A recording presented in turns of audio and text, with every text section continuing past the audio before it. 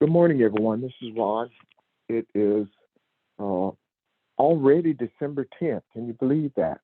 It is not only the month is flying by, the year is flying by. So it is Saturday morning, a little after 10 a.m. So we'll go ahead and get started. We'll start first and see if we have any as we always do, do something a little different this week. Something that I've been feeling, I guess. How was your week? Anybody want to talk about the week? Did you have anything good to happen, anything unusual, or did you just have a good week? Or maybe a not so good week. How was your week? Anybody?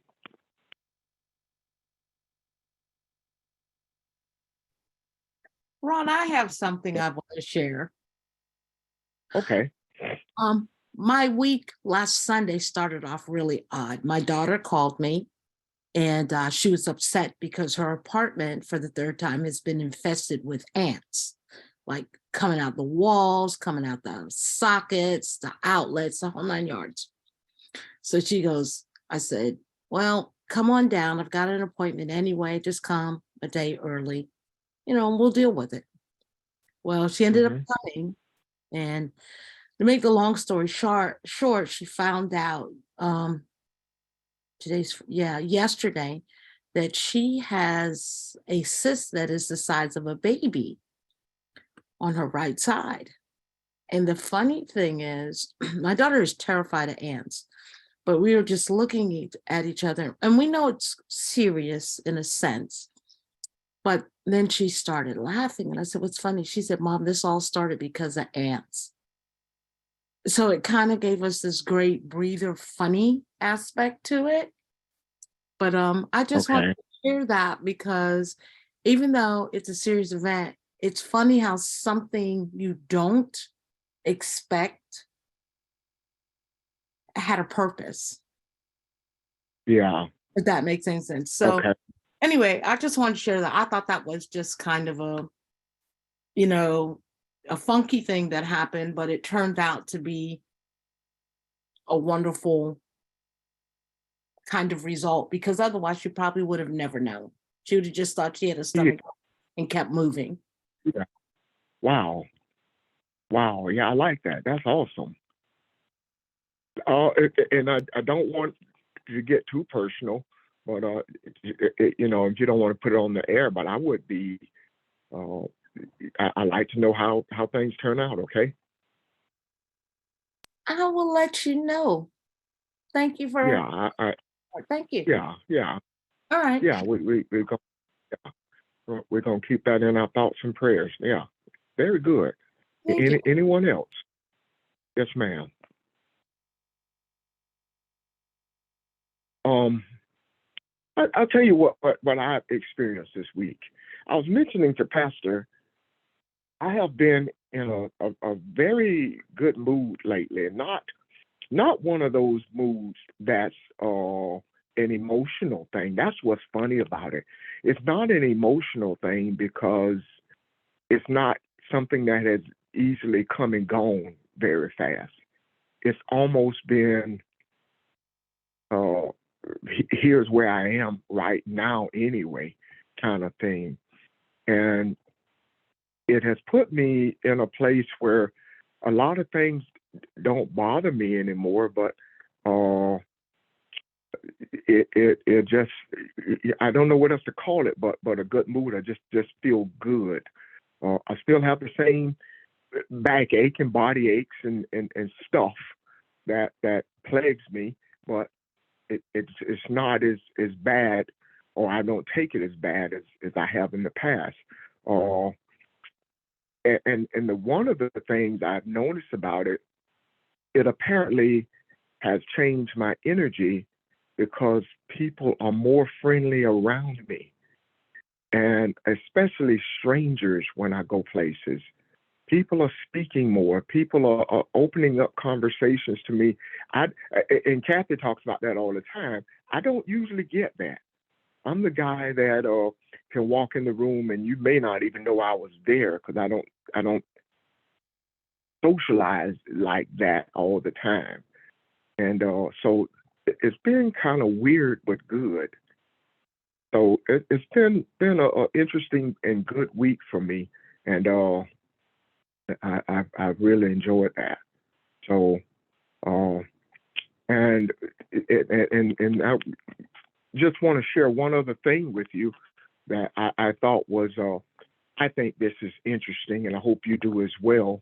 Uh, a while back, a couple of years ago, Craig introduced a vitamin shop to me in Greenville called Pure on Main, and I've been going there ever since, picking up supplements, and I've come to know a lady named Julia. I can't remember Julia's last name, but she's very spiritual woman. She's not religious, uh, but she believes in holistic things, and she talks about stuff and the body and the connection with the earth and the sun and the moon.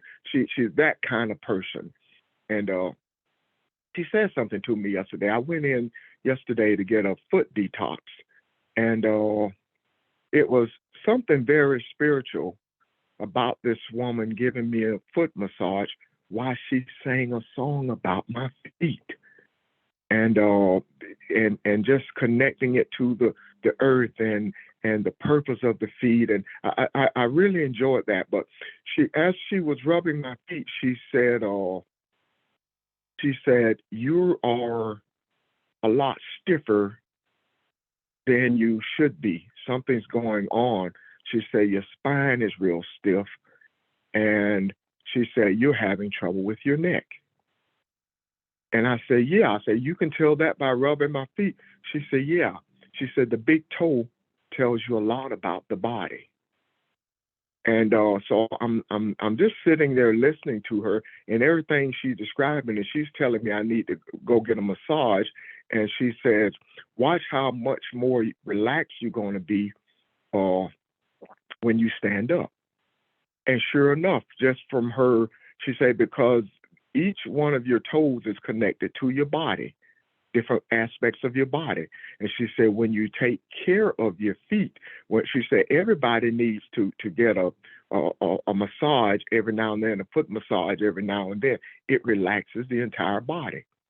And she told me something else. She said, if you ever notice,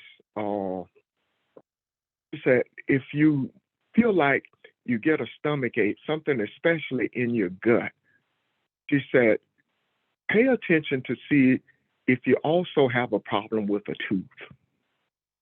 She said the nerves in your teeth are connected to the rest of your body.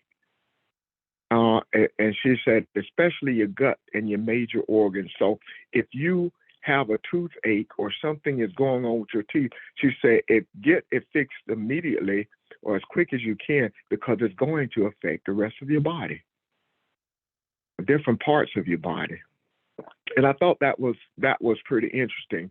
And as she told me that, I knew I wanted to share that, because she's full of information and just stuff that she tell me, and some, I hope you think it is valuable. If you don't think it's valuable, just disregard it. But just and a couple other things she said, I don't quite remember right now, but it just went into the fact that I had a great week.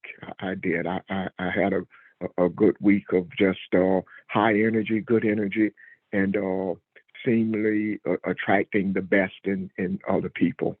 So anyway, that's me. Thank you. Thank you for listening. Ron, Okay. Yes. one of the things that physicians will do is give you antibiotics prophylactically if you're having a tooth problem, especially if they're going to be working with your heart. So, I mean, she's spot on when she says there's so many things that are interconnected, because sometimes infection in your tooth can really, really have problems for your heart itself. So just wanted to add that.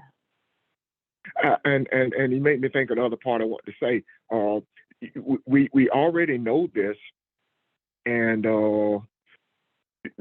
that the hand and the foot is connected, that the mind is all over the body. We talk about that, but it just shows you from looking at it from a different perspective, how true that is. Uh, and I mentioned something to her. I mentioned the fact that I had noticed that when I'm extremely hungry, when I'm just famished, and I see food, and as soon as it touches my mouth and I start to chew, the hunger pain goes away.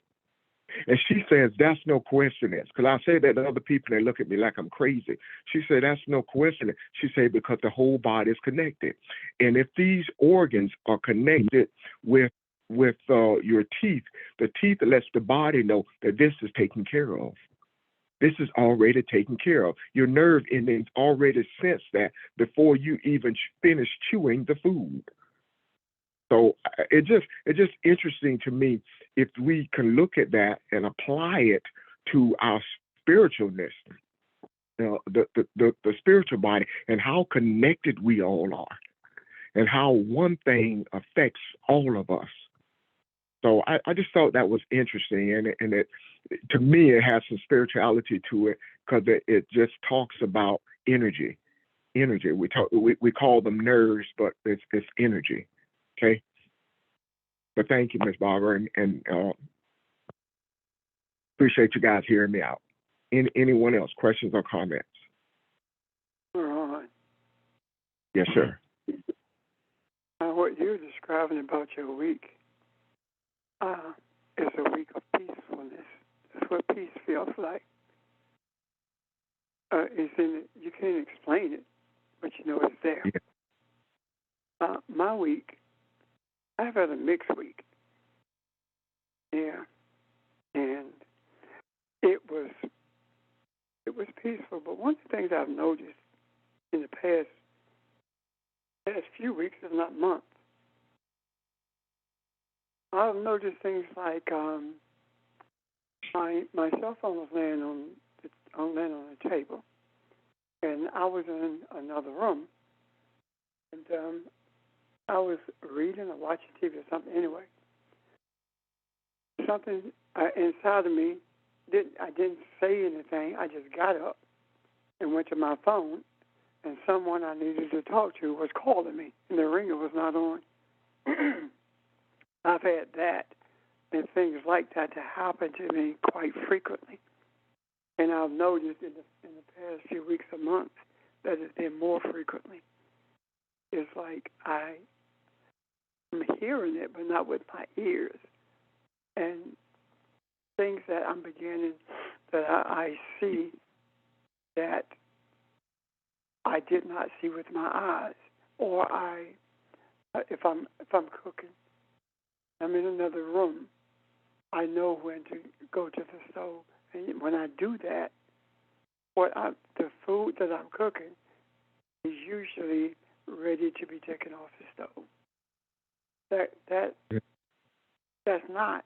In conjunction with what you said, the reason people look at you like you're crazy, not just because they don't understand physiology, is that we are so accustomed to saying, God go handle it, as opposed to us handling it by virtue of what the lady said to you and what she did in massaging your feet.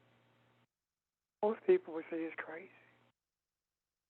I see that no differently than the Native Americans who are accused of worshiping nature. They don't.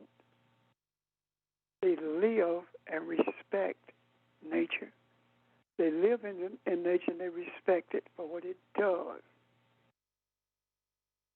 So what they do, they're always in a position, a place where they understand what's coming, storms or harvest time, stuff like that.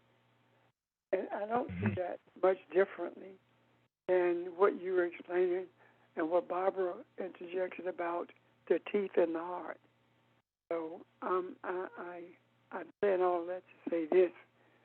My mixed week was mixed with opportunities to be sad or to be anxious And it did not happen because I was able to somehow deal with it without even thinking about I was dealing with it. Usually when I get a headache, I'm irritable. And so the night before last, I had a headache up until last night. But it didn't, I was irritated at all. Just maybe, well, I'm not going to use the disqualifier. We are experiencing balance within ourselves so we can look forward to balance in the midst of humanity.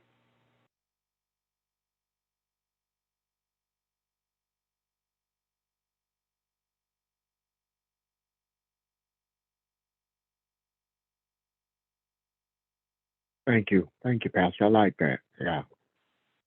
I see what you're saying and I accept that. Thank you. Is there anyone else? Anyone else want to say anything to what Pastor just said?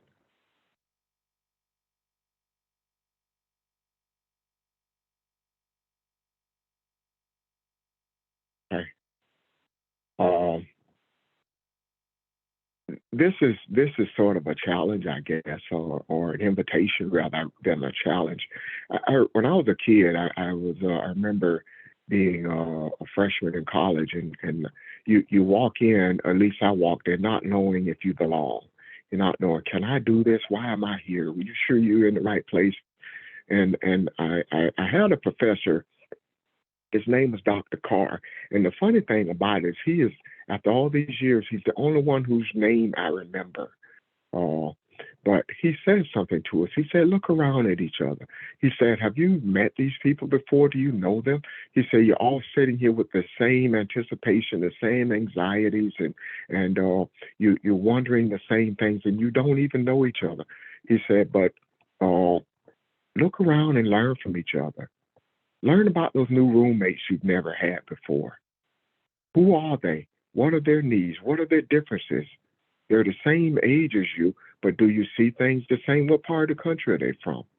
He said, if you open your eyes and really pay attention, you will not only see things inside of you you've never seen, you will see things outside of you you've never seen.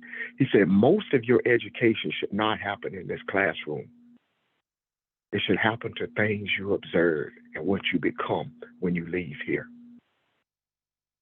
To open your eyes and stop wishing every day was Friday and live your life every day. And I'm like, whoa, that did something to me. And if you can put that on a spiritual level, which I think it already is, but open your eyes to who we are and what we study and how it affects your week and the things you see and how you interpret things and what we are becoming. So that is something I think we're already doing, but just an invitation to observe it a little more. Okay. But as we always do, we open up to start off with questions or comments as we get started. And so anyone else, anything you may have observed this week or seen on television or whatever, questions or comments?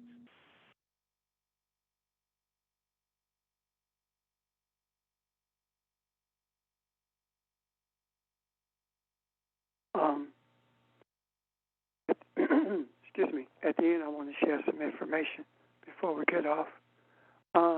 Charles asked a question. Okay.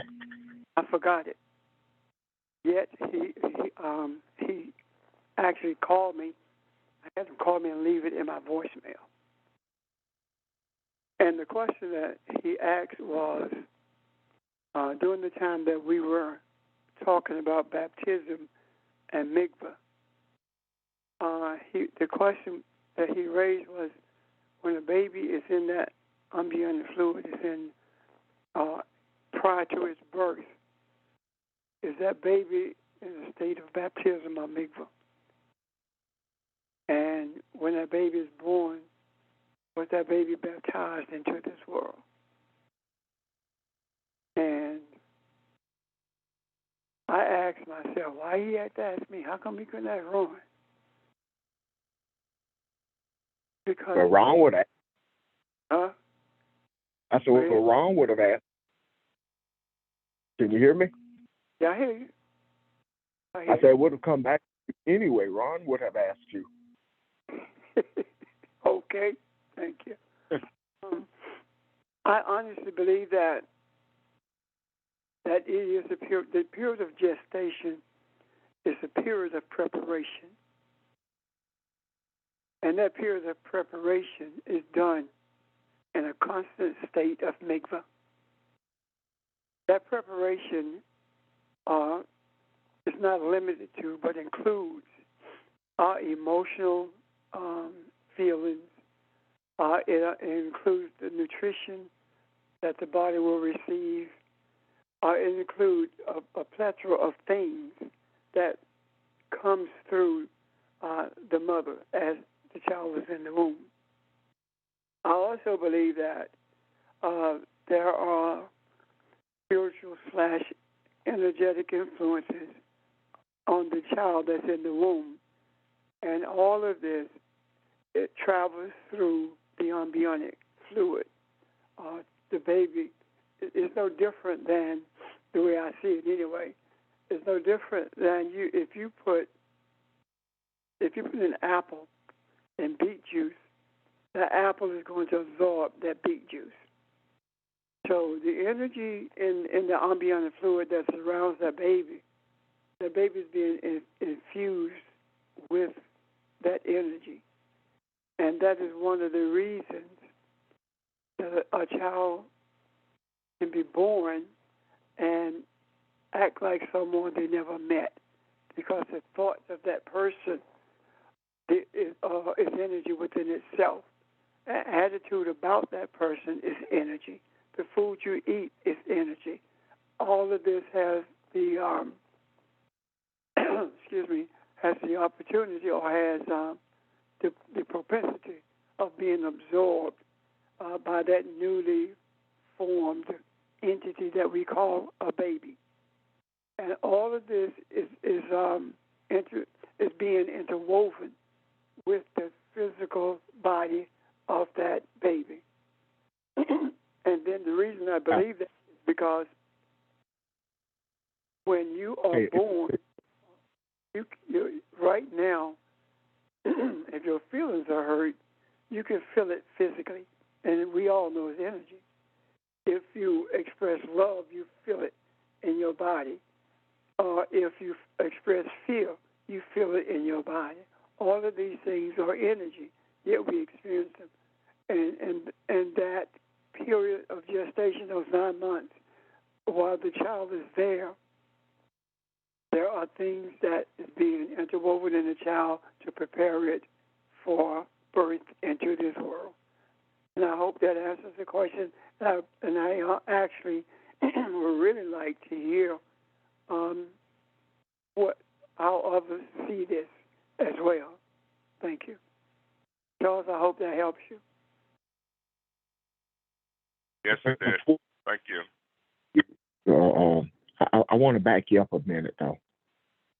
You talked about the child acting like someone else, and you mentioned, so there have been instances where a baby may act like an uncle or a grandparent or something. Does that mean that was in the mother's heart? The mother, is that maybe someone who the mother cherished, or maybe someone that is special to her? Is that what is being? That's a part of it. Is that what? Okay. I believe that's a part of it. Because, for example, I remember a number of times that there were women in my presence who were pregnant, and they've asked me to lay my hand on their stomach, and I've done it, and they could feel the baby move. And I've had a few to say to me, that I have not felt my baby move. Would you lay your hands on my stomach? And what was actually happening? Of course, I didn't know it. So what was actually happening is that the energy of the life that I desired for that child in terms of just breathing when it came out of the womb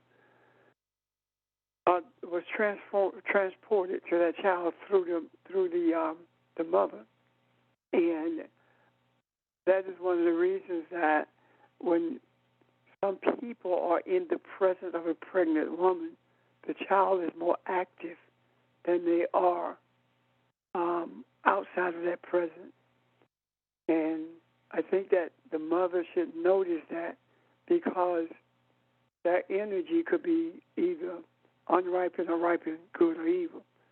And if the mother notices what she is experiencing at that moment, I believe that it gives her a sense of whether or not she should be in that person's presence because of the energy that they are emitting, especially if they are in conversation about the child or in conversation about anything that pertains to the child.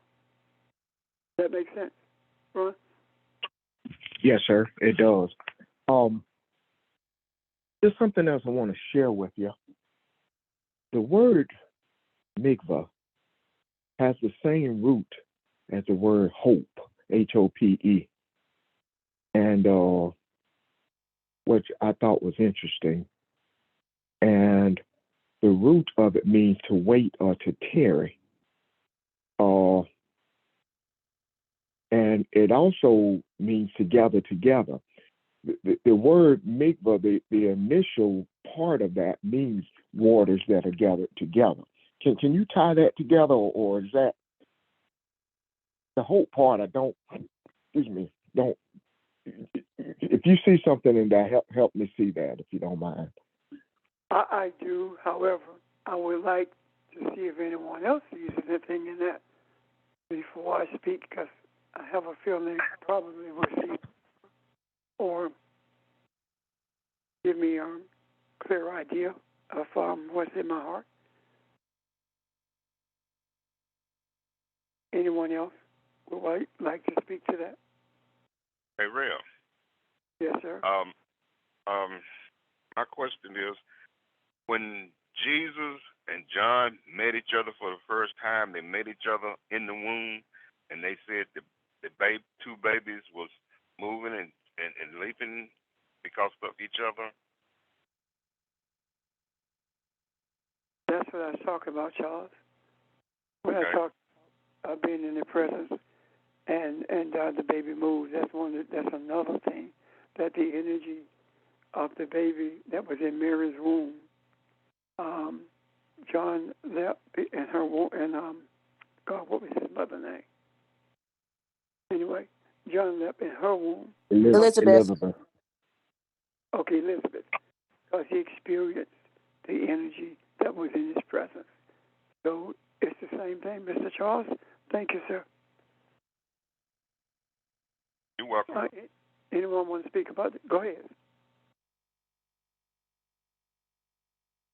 So were you going to say something else? Okay. Anyone want to address the question that Ron raised?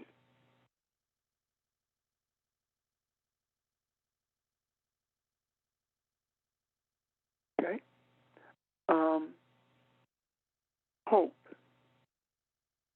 How does that relate to mikvah? Mikvah, the reason one does mikvah is not simply because it is a tradition. Mikvah is done because of a type of spiritual initiation or a spiritual surrendering. The surrendering to mikvah is done with the hope that the life is going to change and become one with its creator. They're going to be guided by the principles that the creator has left for us to be guided by. hope is on the edge of either nothingness or everything. Hope without trust, without faith, is void. Hope with faith, with confidence, brings to you everything that you need. Hope is the hand of faith reaching out to you at your darkest time. And when you respond to faith, then eventually you get to the place of enlightenment to the extent that now you are in a space of knowing. It doesn't mean you won't ever have to experience faith or trust again. It does mean that you are in a space where you don't have to ask or pray or desire something for more than once. Knowing faith is holding on to something. However, when you get the something that you're holding on to, it's no longer faith, it's knowing. I do not have the faith that I'm going to see something more in the scriptures than I have seen before or more than I have talked about. I don't have faith for that. I know I am. And the reason I know it is because that is my constant experience. So with Mikvah, it is, as I said, the surrendering to this journey that leads to a place of knowing. But it starts with hope. Does that help you, Ron? Very much. Thank you. Thank you. You're welcome, sir. Thank you. I have a question. Our body is 90-something% water. Everything is made from water. Aren't we, or are we always constantly in mikvah? We're not constantly in mikvah, but we are born as a result of mikvah. We are in mikvah, in the midst of mikvah spiritually, when you speak about the water, because water is the physical representation or physical symbol of spirituality. When we began to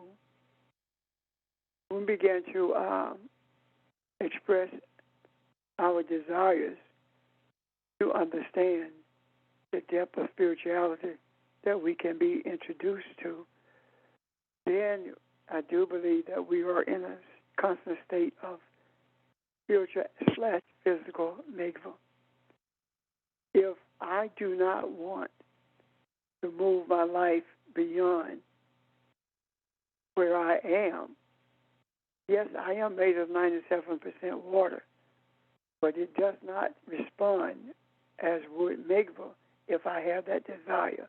In other words, I have a spiritual choice to make.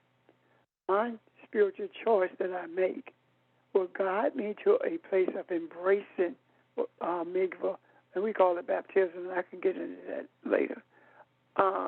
If we have a desire not to do that, then we separate ourselves for it. Does the water still exist? Yes, it does.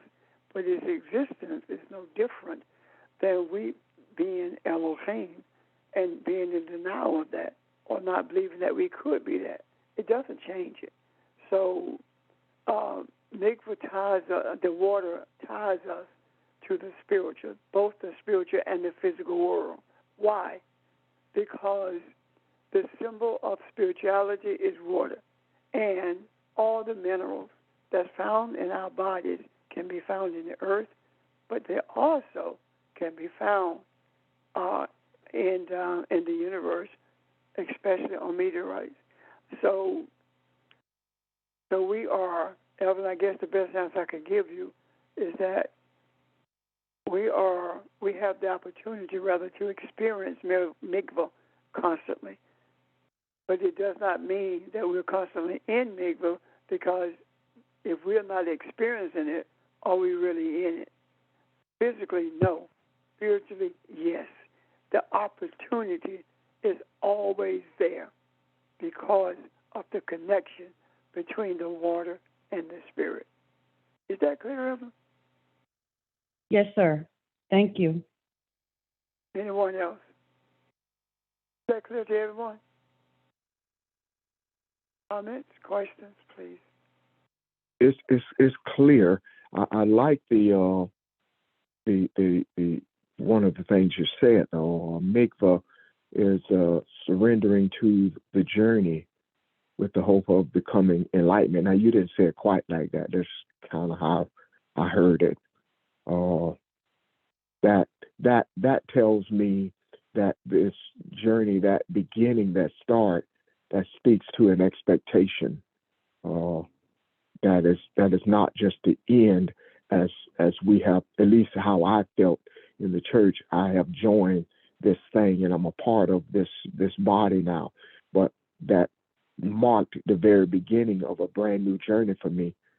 And I guess I never really thought about it quite like that. But anyway, thank you. Sure. All right. Go ahead, Ron. No, I was just going to, because I interrupted Charles a few minutes ago because I didn't think we were through with the question. And I want to apologize to him for that, and see if he had any further thoughts on it. But Charles. I'm good. Okay.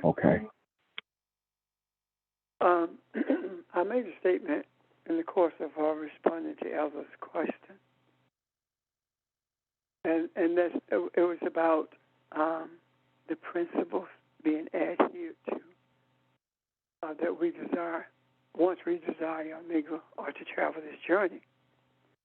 The principles that we adhere to are the principles of the kingdom, and kingdom speaks to the idea of the domain of the king. It is where the king not only lives, but rules. So, who is king? Who is ruler? Who sets the boundaries for our lives? Of whom? The creator, the universe, however you want to state it, sets the boundaries. And the principles that we follow are within those boundaries. Those boundaries are not designed to cramp us, but they are designed to guide us. Outside of those boundaries are the belief systems that has been developed by men. And the principles that we adhere to are much older than Jesus or Moses. The principles that Moses spoke of, that Jesus and all the prophets spoke of, were in existence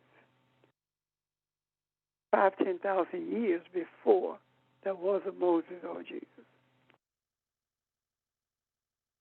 These principles were introduced by our Creator at the beginning of our existence in this earth.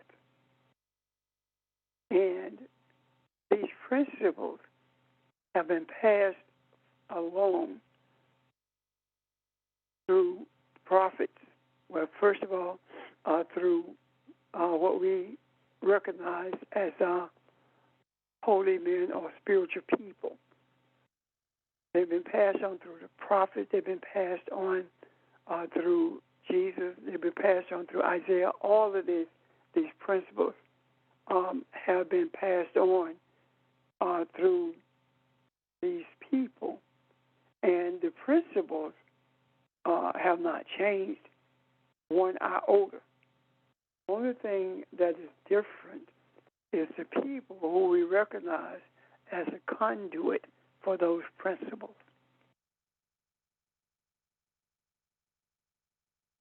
We are at a place where we must begin to embrace those principles in order for us to become the essence of those principles in the earth. And when we become the essence of those principles in this earth, then we begin to experience the things that Ron talked about, the things that Kat has spoken of several times about people coming up to them and spirit telling them their whole life and being in pain and looking for healing, that kind of thing. That's what the principles do. They're a magnet for healing. They're a magnet for deliverance. What we have to go beyond is that we meaning those of us who have been involved in religion, or we are the ones who know the only way or the way. That's not true, because the writings of I am the way, the truth, and the life have been found in the pyramids, written on the walls of the pyramids and in stone tablets. So these principles have been passed along for centuries. And what we have done effectively is cut ourselves off from these principles by embracing them based upon what men say they are, as opposed to what they really are from a spiritual perspective. It is amazing to me how effectively we have been neutered by lies, by the manipulation of words, by purpose misunderstanding or misappropriation, I should say, is a better word, or purposefully misappropriating the principles that we find that came from Jesus and others. We have effectively cut ourselves off from that by virtue of calling everything pagan, which simply means a country dweller, if you do the etymology on the word. We have cut ourselves off based upon people being called heathens, and we ourselves have been guilty of the same. We have to be purged of that if we indeed are going to absorb the true essence of the principles for the balance of humanity. When we earlier I said something about the Native Americans. The Native Americans are called heathens and are accused of worshiping nature, when it's simply respect for the waters that flow, respect for the fish, respect for the buffalo, because of the sustenance that the Creator has given us through them, which means that the Creator intends for us to live as one, not being separated from what we deem to be nature itself. To call a group of people a heathen because they see Mother Earth as being the birthplace for all the sustenance that we have is really a myopic view of what spirituality is and what the manifestation of it is. If you truly believe that it is Mother Earth, then the question becomes, if this is Mother Earth, who impregnates Mother Earth so Mother Earth can produce?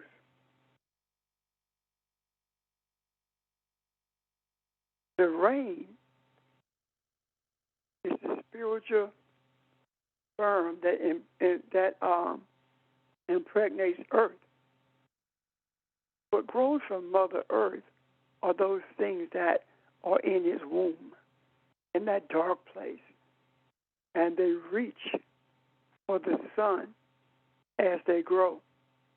So, in essence, then, a symbol of fatherhood would be the sun that draws the water from the ocean and redeposits it in the earth for the purpose of growth. So, when we see things like this, it's not that we are worshiping those entities; it's that we are recognizing the depth of value that they have to us. However, when we see them just as planets that we were never meant to understand, they have no effect on our lives, that is casting aside the source that has been given to us for balance in this earth. I don't understand the reason Saturn is there, but I do understand some of the principles of the presence of the moon and the sun. They are not what I worship.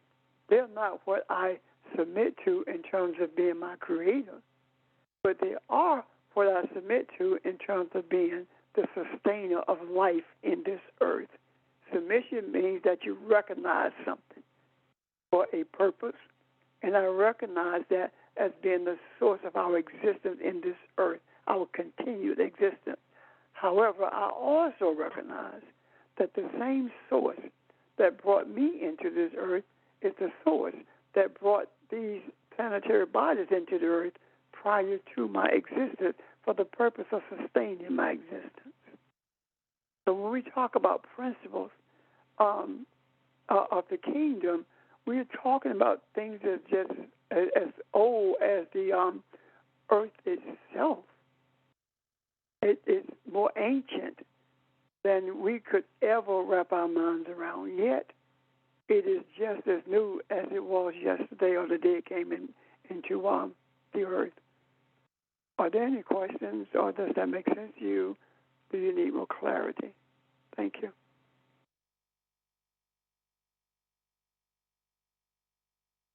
Thank you. Questions or comments, anyone?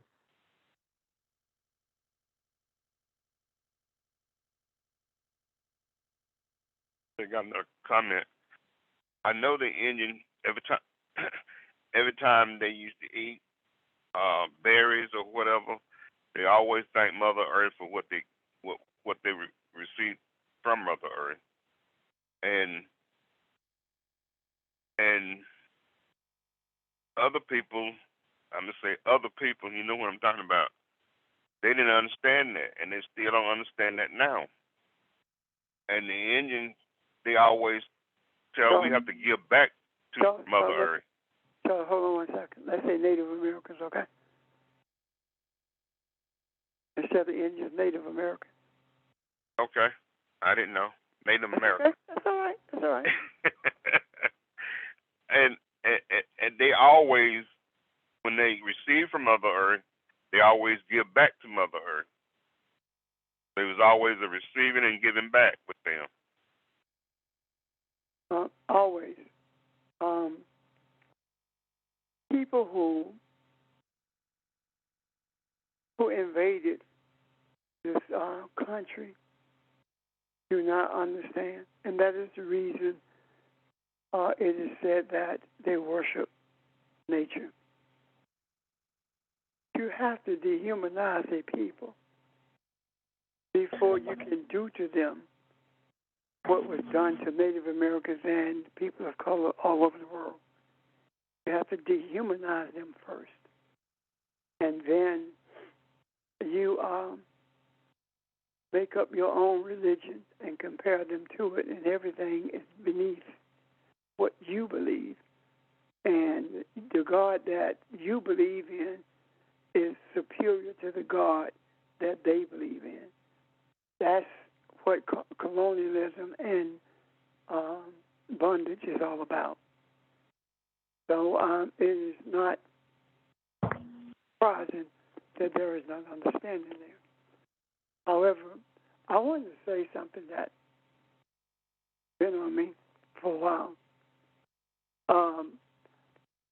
As I said to Charles, let's say Native American as opposed to Indian. Then the word Indian is no different than redskin, which is no different than the N word. And the N word is no different than PWT or white trash. All these words no different than slant eyes in reference to people of Asian countries. All of these words are words that dehumanize. So it is incumbent upon us to maintain our understanding, knowledge, or wisdom of what people are call themselves or how they reference themselves, but we also have to be cognizant of the pain that we cause for people. Excuse me, the pain that we cause for people when we call them something that's dehumanizing or degrading. Can you see that? I see it, Pastor, because I didn't know. I just know. said same things that other people be saying. Charles, I know you didn't know, and there are a lot of us who didn't know. But now, what I'm trying to do is help us to know, so we won't make those mistakes in the future. Okay. Okay. Okay. And if any one of us makes those mistakes in terms of our references to people in the future, I'm asking each one of us, if you are on Zoom or on the phone or whatever during the course of that discussion, please correct us. Make a correction. That's why, because we have to teach each other by repetition so that we don't get caught up in referencing people in a derogatory way. Okay? Right? That is extremely important. I thought about something as you were talking. We put these words out on Zoom, and 50, 60, 70 years from now, when most of us, or some of us anyway, won't be here physically, these words still will be here. And if it sounds to someone like it is counterproductive as to what we're trying to do, then people will stop listening. And that's important just to remember that the purpose of these lessons and especially putting it out there, because we're not only just speaking to the phone, we're speaking to the universe, everything when we put these words out there like that. So yeah, that's very important to remember.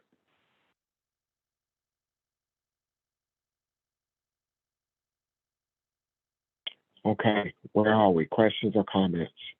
Anyone?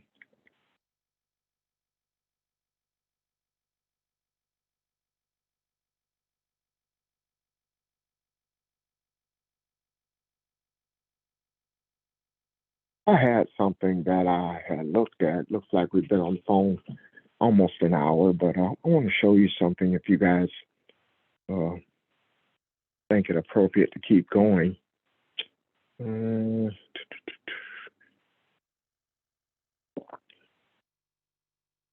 Maybe we can start this, and if we don't finish it, we don't finish it. But Mark chapter 7, if you would, please. Mark chapter 7, those first 13 verses. I want us to look at the church. We the last few weeks we've been talking about the church, and Pastor even introduced us to a pastor that from the 1800s, Charles Colcock Jones, who published a book and went around across the nation teaching people how to educate their Negroes and slaves to be good Christians. And the purpose was not to bring them to God, but to control them. And but even further back than that, the hearts of men want to look at the state of the church and what does this mean to us. I'm going to start in verse 9 because I want to show you the point I want to get to, and then I'll go back to verse 1 and come forward, okay? But in verse 9 states, and he was also saying to them, you nicely set aside the commandments of God in order to keep your tradition. For Moses said, honor your father and your mother, and he who speaks evil of father and mother, let him be put to death. But you say, if a man say to his father or his mother, anything of mine you might have been helped by is korban, that is to say, given to God. You no longer commit him to do anything for his father or mother, thus invalidating the word of God by your tradition, which you have handed down. You do many things like this. That last part caught my attention. You do many things like that.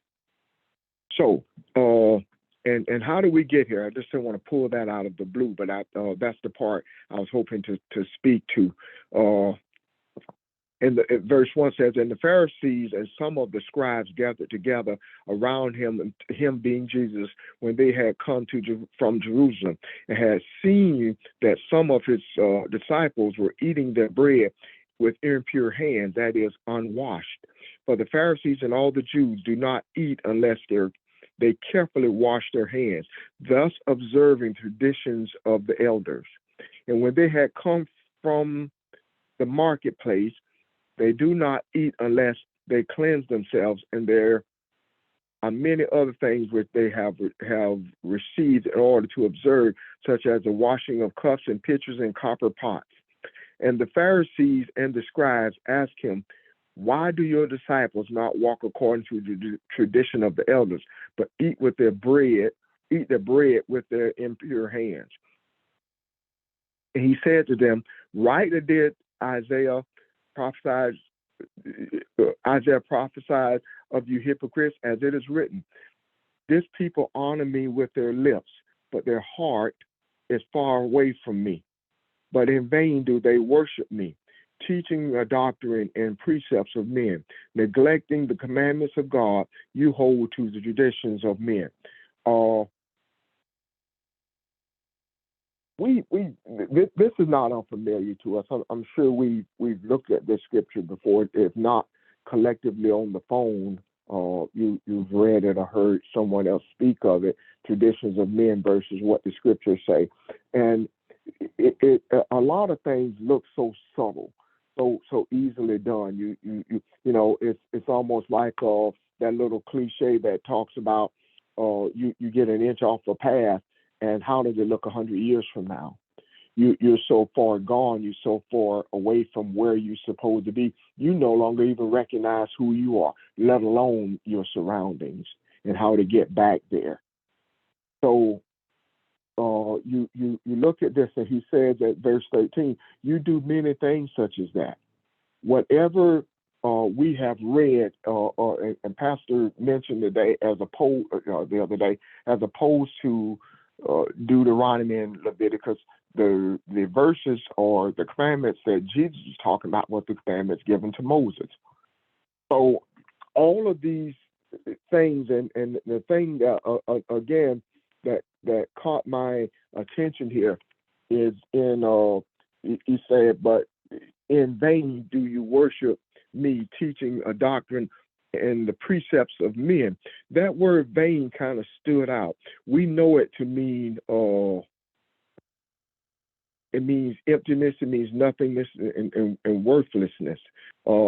It again comes from a word come to show it or to ravage or to leave something desolate, to destroy it. So when we look at this and look at religion and how far we've come, this reminded me when I saw this, to leave something worthless and have no good purpose, it reminded me of the fig tree that Jesus cursed.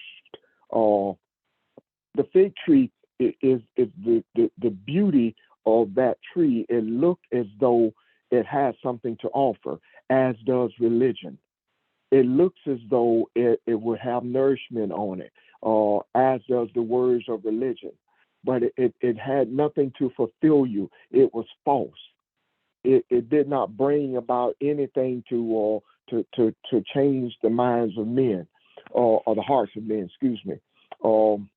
So this just kind of one of the things that caught my attention. But before I go on, is there anyone else that any questions or comments as to what these verses or you see in these verses? Run. When you were reading those verses, going through them verses, in my mind, religion always came up. Religion always have ruled us, and that type of religion would never give us the truth. It just always ruled us. Yeah. Always made us look like we was ignorant. So I see what you're saying. Yeah,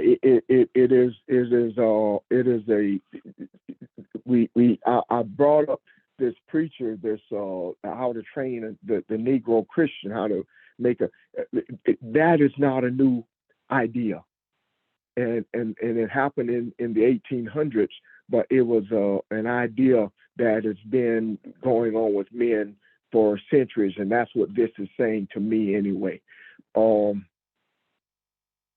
Something I thought about when I read this. When you look at the human, this physical body, what makes it different than anything else on earth? There is something about this body that is different than anything else in the earth that God has created. This is the only thing in the scripture, on the earth, that has the ability to transform. Has the ability to transform. We know that in the physical sense. We see you can fill yourself gluttony with wine. You can fill yourself with eating the wrong things, and that is what you become. You can eat healthy, and that is what your body becomes. But in the spiritual sense, eating the right foods eating the right spiritual food and ingesting what is truth also transforms the body. This body has the ability to and I'm talking spiritually here now, to transform to be anything that it needs to be. And that is the going back to what we were saying earlier. That is the thing people see when they walk up to us. That is the thing that people see on your jobs or people are attracted to. It's something that is not visible to the naked eyes, but it is visible to the eye, and that is what when those people get in trouble, the thing that they see. So as we are transformed in this body, going back to the fig tree that represents religion, you can clothe this body in religion. You can put a cross around your neck and carry a Bible, and it looks to be one way, but it doesn't have that type of nourishment. So the vanity is saying there is no good purpose as to what you're doing, all except to move men in the direction that you want them to go so that they can be controlled and manipulated. So that is what religion has turned into. That is what religion has become for us. And when it talks about changing the word of God by your traditions have nothing more to do with those things that again that make you comfortable, those things that you have shaped in the earth, those things that lead to people not only worshiping God but worshiping themselves and worshiping other men. So when we look at this, and we've talked about this in the past, but just I guess I never really looked at it or talked about it from this perspective. But any questions or comments on any of this, or what do you see in here? Ron, I see a connection between what you started talking about with mikvah with this. You talked about mikvah as having the same root as to hope, and mikvah is waters gathered together. That which is spirit is connected and gathered together, joined together, and that hope has to do with waiting or tarrying. But that gathering together, when you're doing it authentically, that hope is an expectation, and that hope of expectation is the joining together, becoming oneness. That is the expectation. With the fig tree and with the men, they say the words are there. The beauty of the fig tree is there, but the expectation for that fig tree, if you put your hope in that fig tree, you're going to be sitting there hoping and starving for figs. Same with the Pharisees. You're starving. You're waiting and you're tarrying, but you're waiting and tarrying for no food that helps you grow spiritually and become the spiritual being that you are. So I just saw that connection with mikvah when we act and we do and we think along spiritual lines. That hope is not just waiting and tarrying, but we know what we are waiting for, and we fully expect that which we are waiting for to manifest. And everything else, religion just clouds all of that, puts you on a path to hoping for stuff you can never have, for food you can never eat, for things you can never have. And it's like going through a valley of starvation of mind, soul, emotions, whatever. Everything is starved. It's like you are the fig tree that has all those bushy things, but no fruit. Thank you. Thank you. Beautifully said. That summed it all up beautifully. Thank you. Anyone else?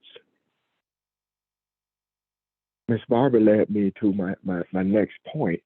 What this showed, and listen to the words she said, talk about the starvation part. What this shows is I have wondered sometimes when I talk to people, especially my family, why don't they see this? They'll come and ask me questions when something is wrong, but why don't they see this? And when you look at it and look at the stronghold that this has, if we start off talking about the human body, we are made for this. And if you are filled with something that is false, something that is not real, that is hard to uproot. This is hard to uproot. I mean, as long as we've been on this journey, there are still parts of religion that we deal with within ourselves. This is hard to uproot. And so not only does it show us what that the stronghold that religion has on us, as Barbara said, the starvation at every level, there is no hope. You're tarrying and you're waiting, but there is no hope. But they hold on anyway because generation after generation has held on to this. And if we, being the human, you are made for this. And what you have filled yourself with even though it is a vain thing, it feels real to us. It feels real. So if these are if this is what the church looks like, then truth and enlightenment must have a better flavor to it. But you have to get those people in the position to see it, and through frustration or through just there are mechanisms out there to do that, and part of what we're doing is putting it out there in the macro and allowing that was my other part of it. This is the other part. I'm sorry, I lose train of thought sometimes. The other part of it is, as we do what we do and we put things out there in the macro and we walk out off this phone and we live these lives. Pastor said this Mikber is surrendering to the journey. We have surrendered to the journey. This is a part of us. This is who we are. And we don't want to take it back a lot of times, because that hope says that you don't always see what's coming. So we talk about the politics that's going on in the world, even the frustration with on every level with Herschel Walker, because I felt frustrated because of his Republican views and because he was a black man acting like a fool. I'm gonna be honest with you. So all of those things we look at and you rail against in your heart, but all of those are part of this transformation we're looking for. So I don't want to ask for something in one hand and take it away in the other one by not recognizing that that is part of what is being done. So the cursing of the fig tree, again, as just to remember, is not a destruction of the tree or the principle as much as it is to hide it or to put it away until a time that you have become mature enough to ingest it. So we look at that, and the state of the church is extremely frustrating, and glancing through that book that I referred to is extremely frustrating. But all of that is being revealed so that it can be transformed. The human body is the humanness, which is represented by the body. That humanness is humanity is made to be transformed. That's the difference. In anything else that is living, you are made to be transformed. And the thing that we see the manifest part of is this physical body, but the humanity is not physical. The humanity is not physical. It is that portion of you that is different than everything, and that is the filling of the vessel and moving it from one place to another, meaning the becoming one thing, and so that it can become another. Moving it to one place so that it become another. So that is everything that Barbara mentioned, is everything that we started off at. That is the connection of it. The humanity is the connection of it, not the physical part, but the spiritualness, the mental even part of who you are. It goes back to the lessons of the eighth sense. That is our connection. So in essence, I hope this makes sense for us to, and if it doesn't, please ask a question or say something maybe to help someone else see this if you see it in a different way or see something in addition to, please. Hello, Good everyone. morning. Hello, Ron. Oh, sorry. Go ahead, Miss Mary. You can go ahead, Miss Mary. I believe it's Miss Mary. You go ahead. Oh, how you got my voice? Okay. Good morning. This is Mary. Yeah. One of the things I thought about too is as you were talking, or as everyone was talking, is the fact that people come to people who they think have the knowledge, but they don't want to find out how the person got the knowledge, because it's better we've been taught, we've been trained, brainwashed into looking for others to give us the answer and not finding it within ourselves. So, and that was one of the things. And once people realize that, hey, I can get that information if I just look inward. But it's frustrating to me as you said, all these things going on, and it's like, why aren't people opening their eyes? What are they?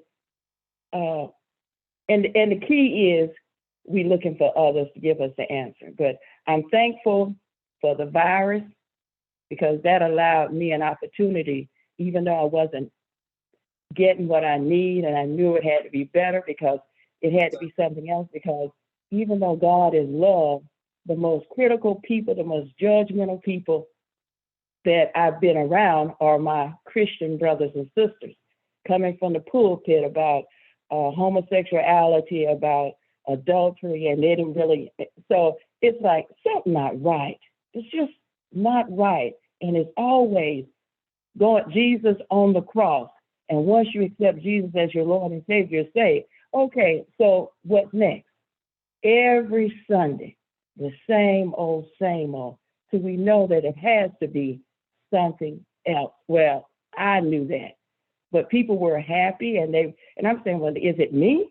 What is it? But I had a chance to do a lot of reading and studying through my friend Amir, and it opened my eyes, and I saw things. I said, now this makes sense. And then to hear, just that hunger. You got to, because the scripture says, those who hunger and thirst after righteousness shall be filled.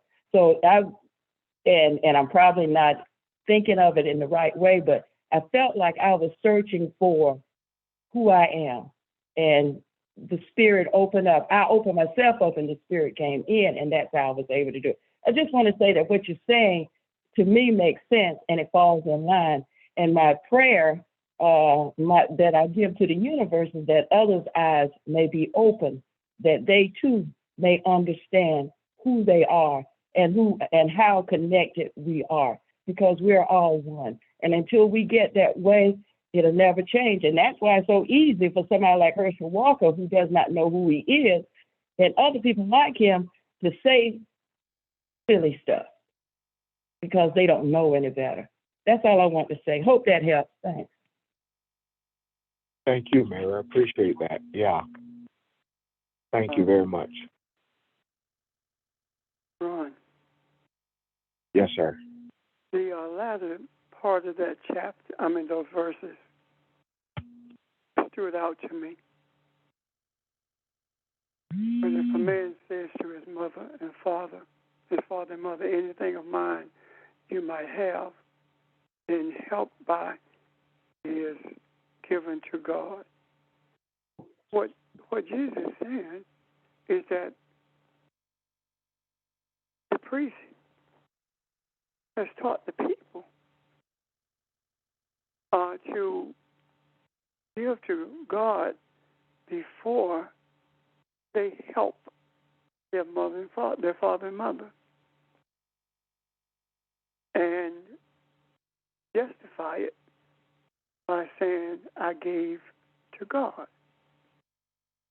That is no different than telling someone, render your tithe and offering and don't pay your utility bill, God will provide for you.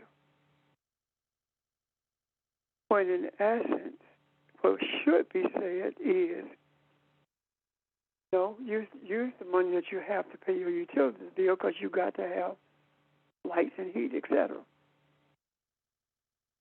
What's been said here is that the tradition of men takes away from the desire of compassion, to be compassionate and to lend help to those who are unable to help themselves.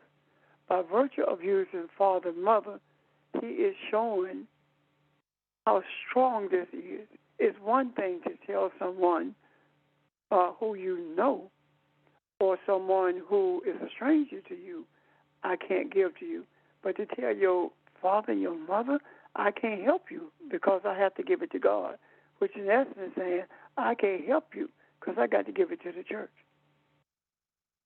that in itself speaks volumes about the damage and danger of these religious concepts. That's all I want to say. Oh, And That's so profound. It's so profound because that's what it's all about. I have to give it to God. Well, my father and my mother are divinity. And when I give to them out of their need, I am giving to God. And that's the essence of the oneness of who we are. It is not a physical thing that I have to give my money I know money is spiritual on a certain level, but the physical is what I think the religion focuses on. You know, bring your I want $25. I want $100. Oh, no, this is the $50 line right here. Whatever, without understanding that when to feed the poor, to feed the hungry, to give to that divine essence in need is indeed giving to God in a sense. If I said that. I think Barbara is given to God in every way because of the divinity that's in them, in Father and Mother. If you can't give to the one who brought you into this earth, who are you giving to, or what can you give? This idea of taking everything from the coffers of those who want to help and saying you gave it to God and you can't help, that in itself is unripened evil. But one step further than that, I am aware of churches who help people but give them an IOU. They have to sign an IOU before they can get help from the church. So now you have become a loan company, and some of them have to give it back with interest. This is not something that I've heard of from people on the outside of the circle of ministry. These are things that I have heard come out of the mouth of the pastor who's doing it. If that's not evil, what is? Thank you. and that is why we do this. This has to be said. This has to be discussed. This energy of confusion has to be straightened. There has to be enlightenment here. Excuse me. Go ahead. I'm sorry. I just saw. No, we're done. Go ahead. I'm sorry. I saw the spiritual nature, the spiritual meaning of Herschel Walker and Warnock. Yes, ma'am. Well, Okay. Pastor Richard.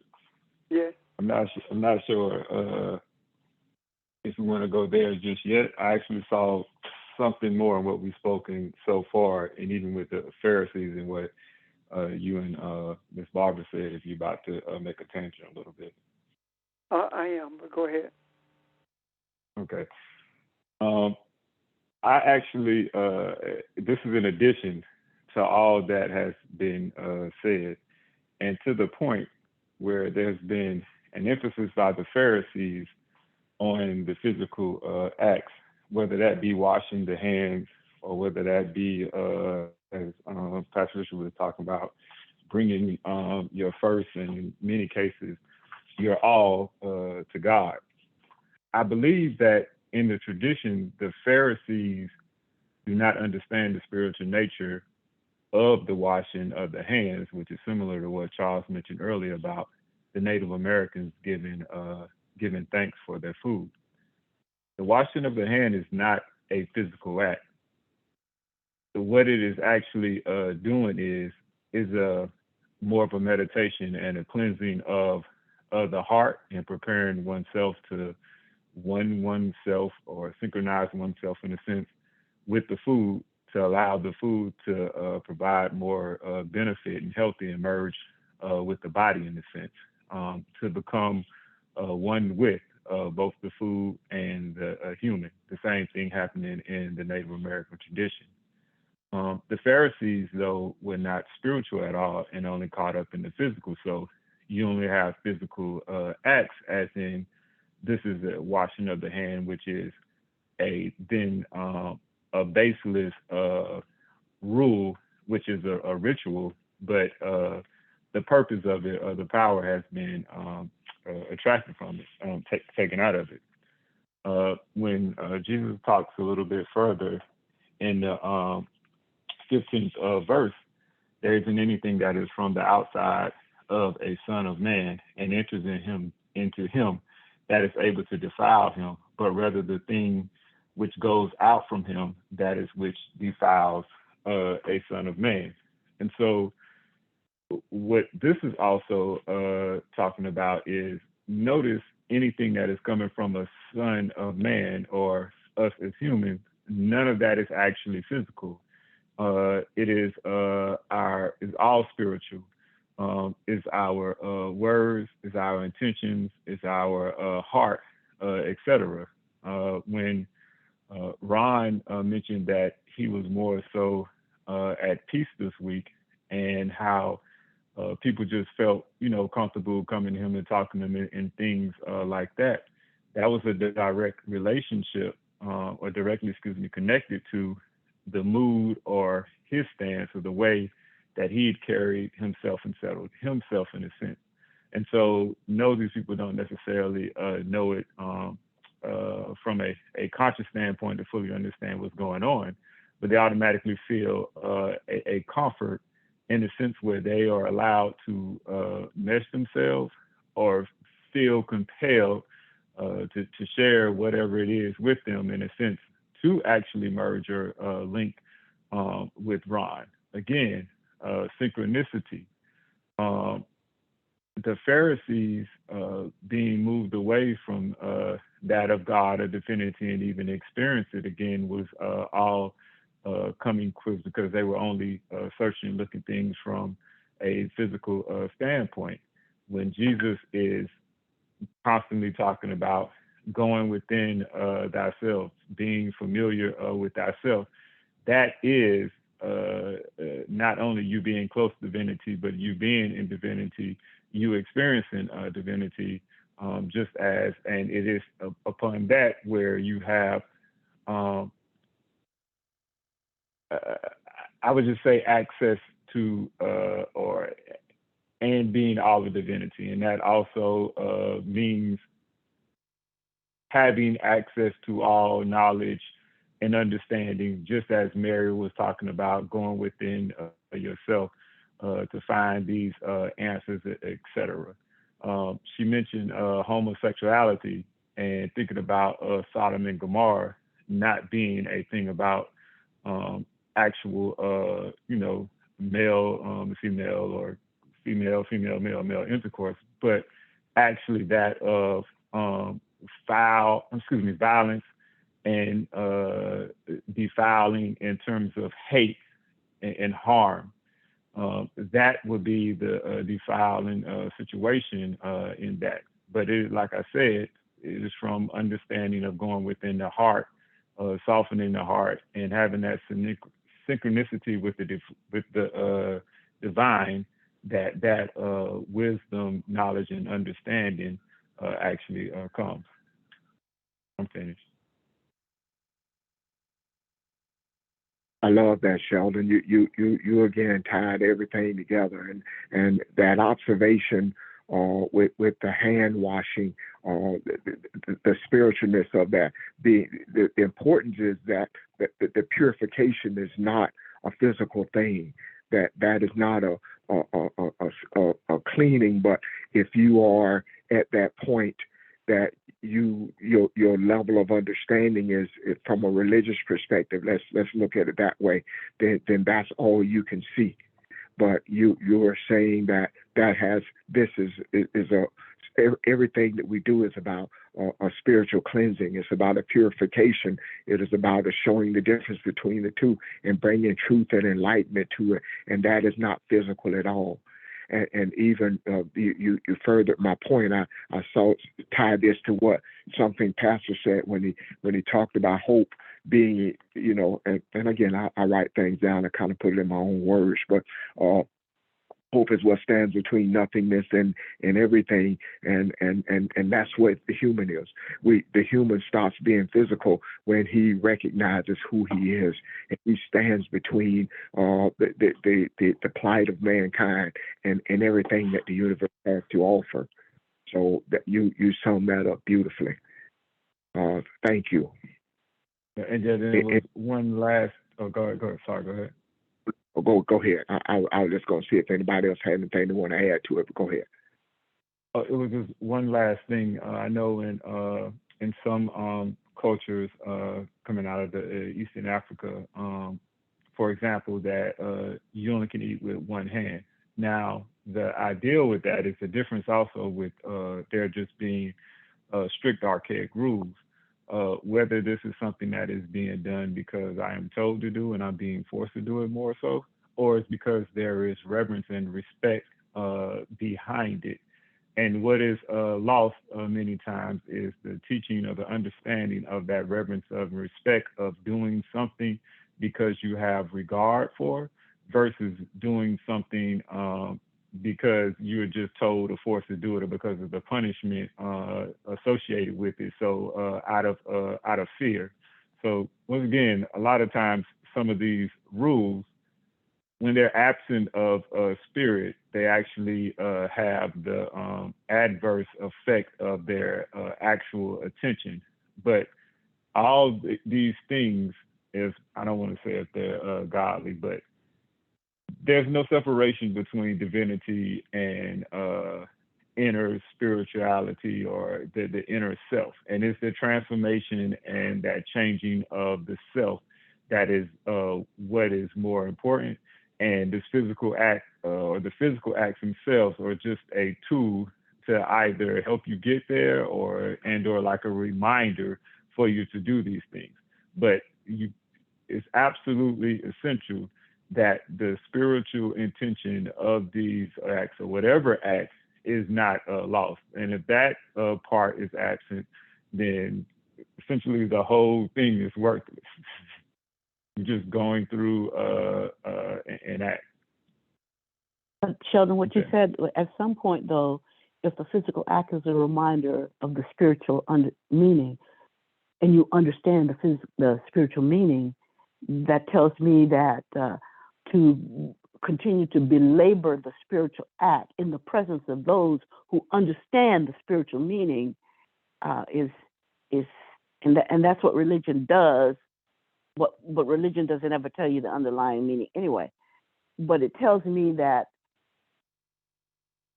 for instance, we've been taught as we have to be baptized, blah, blah, blah, blah. But understanding the spiritual essence of what baptism is, if I know that, then I don't have to be in bondage to religion that tells me I've got to do this physical act, or I will be lost if that resonates. No, absolutely, and I agree 100%. None of these acts or traditions, in a sense, is necessary. Is not, and I say this air quotes.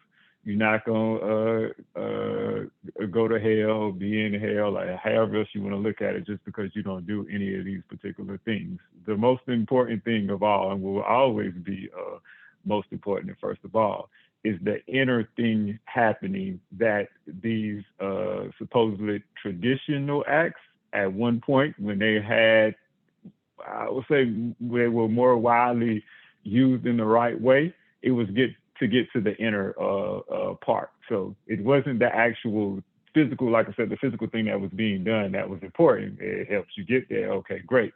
But most important is the internal thing that is actually taking place.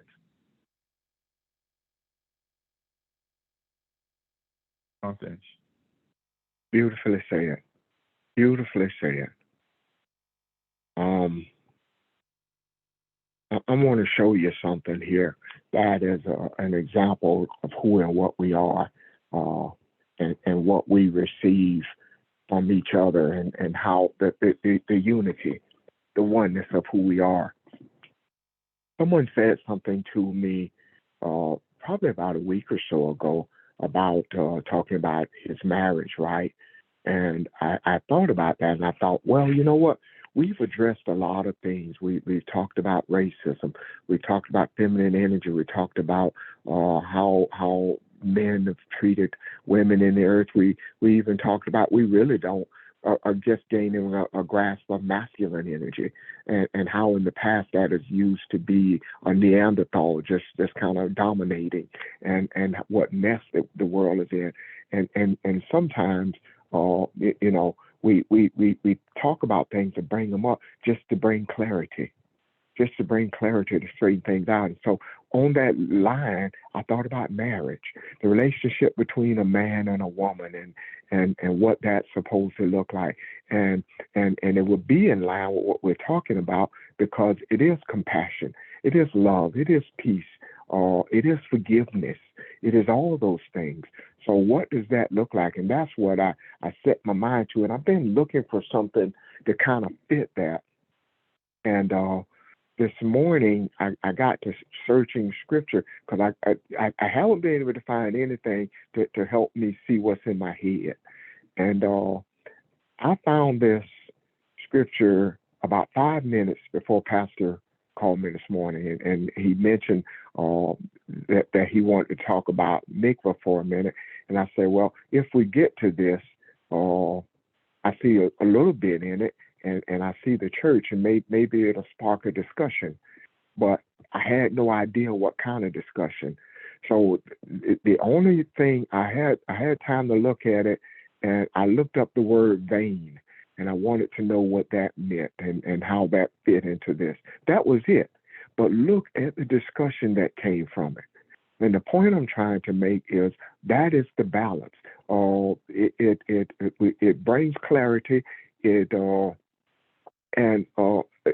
appeared that we may have heard several different voices of different people speaking, but I love the fact that we're on the phone. What all you heard was clarity. All you heard was truth.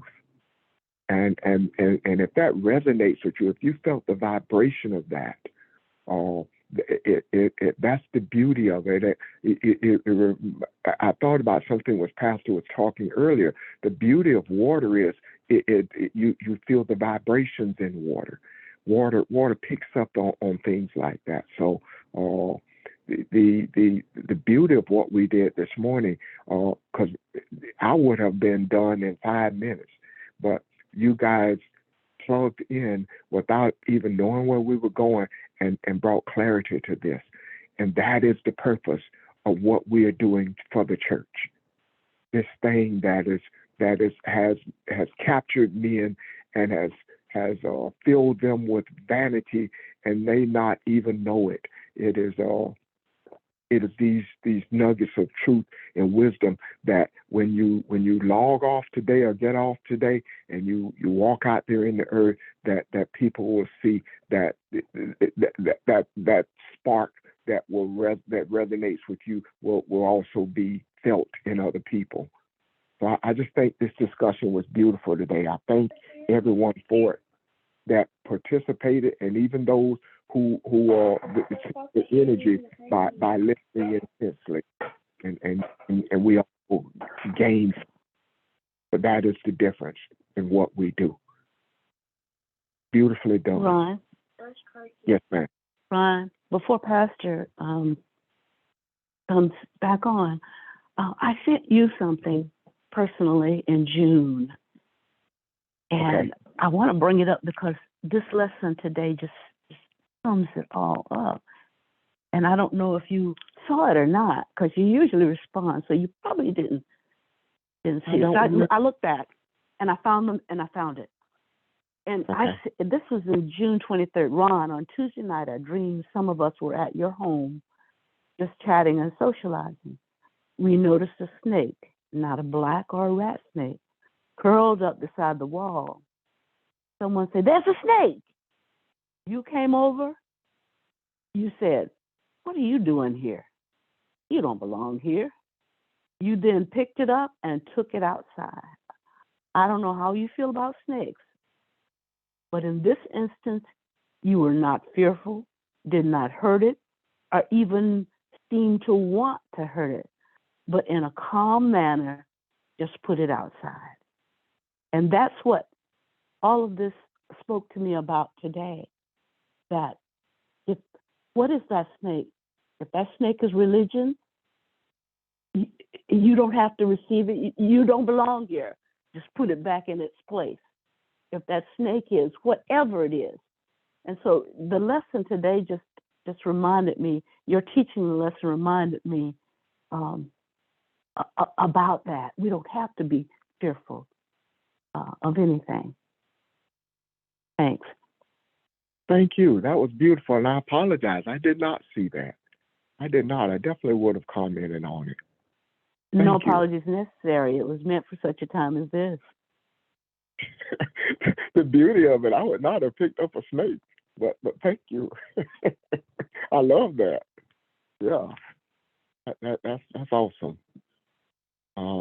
Anyone else? Anyone else? Before we turn it over to Pastor? I had one. I used to warn them, just like religion always beat the stuff over their head, and parents have too, of praying when you get ready to eat. But when we got into conversation of talking about the Native American, you see, it's always you always do it because everyone else do it, or you do it because it's been told to do it in your lifetime. But like today, I just found out through the Native American, they was giving thanks for everything they got, and they was giving back to Mother Earth. You understand what I'm saying? Yeah. But now I know the meanings of thanking for your food and giving thanks back to Mother Earth for giving the nourishment of this food. So now I know the reason why you pray of your food. Because I used to wonder, why we have to pray for this food? Why we have to keep praying for this food? I'm not doing it. Now I see. Charles, it's funny you mentioned that, and so it's something that was very powerful for me, and kind of like, I guess, since I started coming to the foundation and the journey, and all of us talk about it, how our prayers have changed, even what prayer means to us has changed. And for me, I don't actually, in a sense, pray at all, or even close to it, to how I was taught to, when I was little and growing up, etc. How you just explained is literally, and this goes back to Miss Barbara talking about the actual doing of the traditional thing, is just sitting there, and my intention going to my food and having a moment of actually feeling the thankfulness within my self for the food, the acknowledgement of the food, the regard of the food, just with my intention and feeling that within my being before actually proceeding to eat. So a lot of times I know we were supposed to, at least I'm speaking for myself here.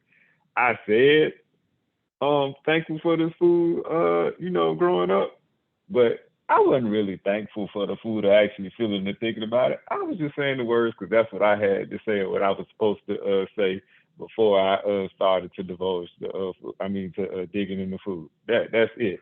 But that is an example of what Ms. Barbara was talking about in terms of the traditional things having a purpose, but not necessarily at all being needed because of that inner spiritual thing actually taking precedent, and that's the most important thing that is actually happening in this situation, where in these sorts of things. Finish. And thank you, Shelter. Yeah, great explanation. Because what we did as children, and we did what was what our families knew were right, and even We talked about the pastor about training the slaves and whatnot. Our families and our ancestors did what they thought were right. They were grasping for hope, and so we don't. That is, I think, has been the catalyst that has gotten us to where we are today. So that too had purpose. Okay, but thank you for the explanation. Thank you for the question, Charles. And anyone else before we turn it over to Pastor? And thank you, Miss Barbara. I did not see that. I want to go back and look at that now. I'm going to go and find it. Welcome. Anyone? Yes, ma'am. Okay. Pastor? Yes.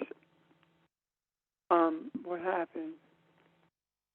What triggered the thing about Herschel Walker and Warnock were the words about us, about when you talked about it. I see this as being spiritual as well. Herschel Walker is a classic example of how the enslavers, the white supremacists, and white people in general see us. That's how they see us. That's how they've talked about us in terms of being ignorant, which simply means unaware, putting on a show for them, dancing for them. That's Herschel Walker. And Warnock being expressive of the policies, being expressive of the needs of humanity, was an example of who we are. And I'm not talking about his religion at all. I'm talking about presentation. If you really think about it, throughout history, there has always been a Herschel Walker versus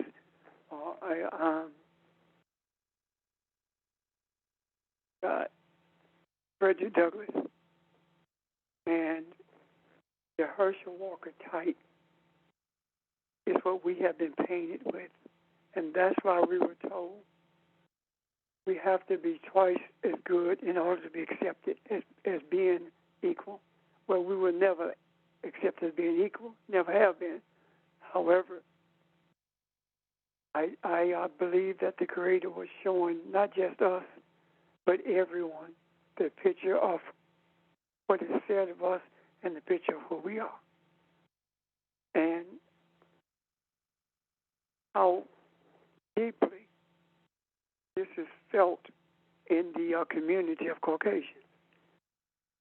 The tightness of that race showed us that they would have somebody they could control who is knowledgeable of nothing except football and who is brutal to women and who is unaware of even the purpose for him running for that position, running simply because a racist chose him to run.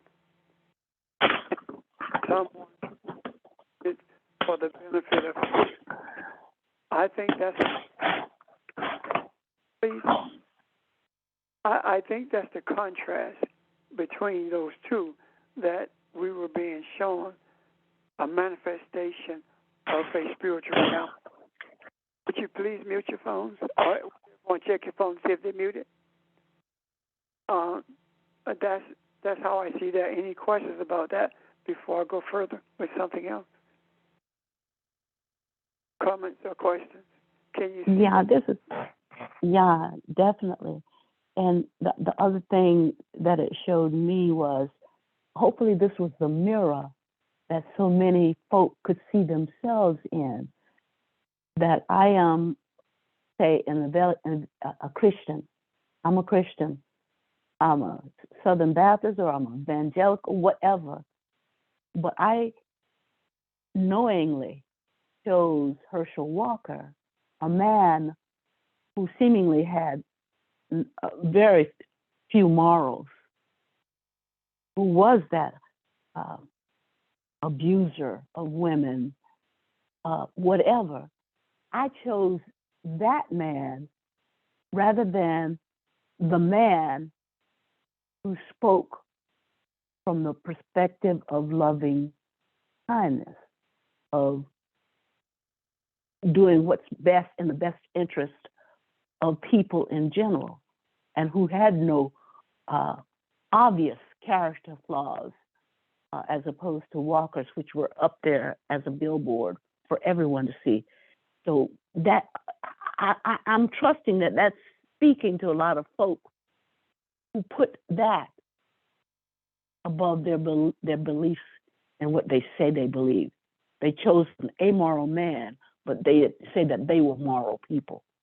I hope that shows them that conflict within themselves too. Thank you, ma'am. Anyone else?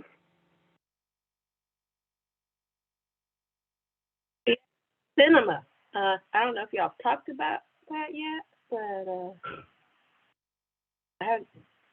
anyway, just those actions of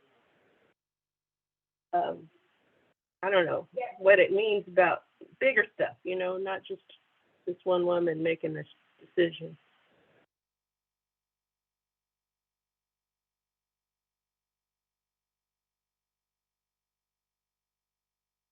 Thank you, ma'am. Anyone else?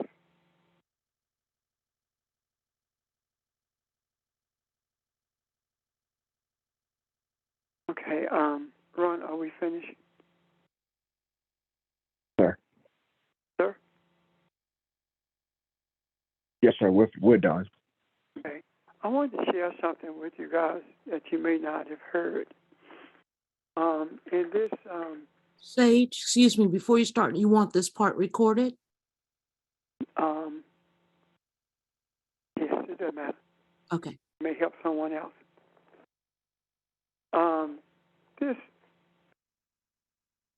Doing this bill, the last one that they passed for, the finance bill that Biden signed last. In that bill is something pertaining to everyone's taxes. If you send your children money through PayPal, Venmo, or any other financial apps,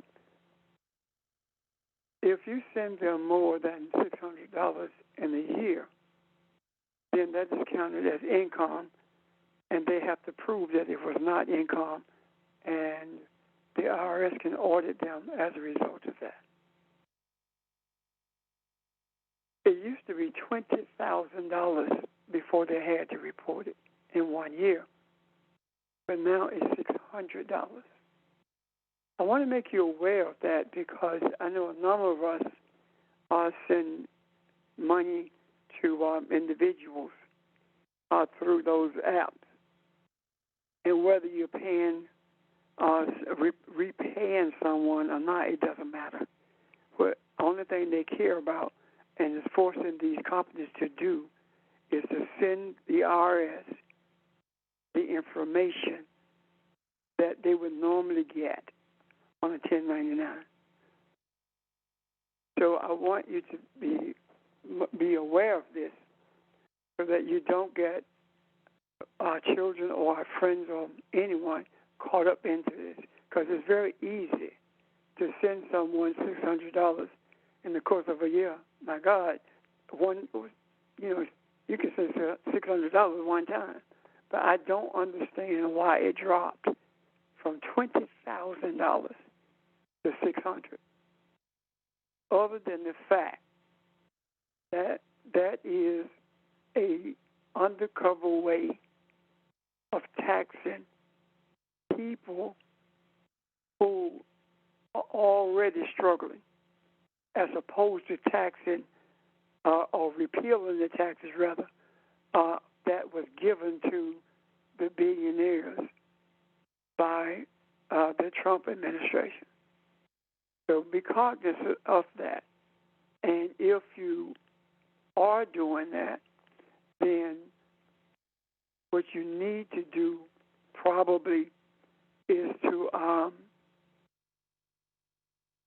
check yourself, keep account of it, because the businesses who are receiving the money also have to be, are going to be rather taxed by the IRS based upon what's sent through those apps. The crucial part of this is small online businesses are going to pay a harsh penalty for those who are purchasing more than $600 worth of stuff from them, while at the same time, larger businesses are not paying taxes on anything that they receive. That's what I want to share with you today, so be cognizant of that. And that's the reason it didn't matter to me about it being recorded, because people need to know the sneaky ways that we are being taken advantage of by both Democrats and Republicans. Thank you. Thank you for sharing. Any questions, y'all?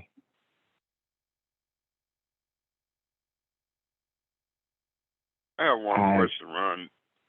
Yes, sir. This question is for Reb to explain. I forgot the name of that lady they were talking about on the news. She was the one that she quit in the Democrat to go with this other people. Why she did? What was up with that? I really don't want to get into a discussion about that politics today. I will give the answer at this moment, but I don't want to go further than that. She did it because she read the handwriting on the wall. She's going to be primaried by Democrats in 24. She knows that. She did it because she was influenced by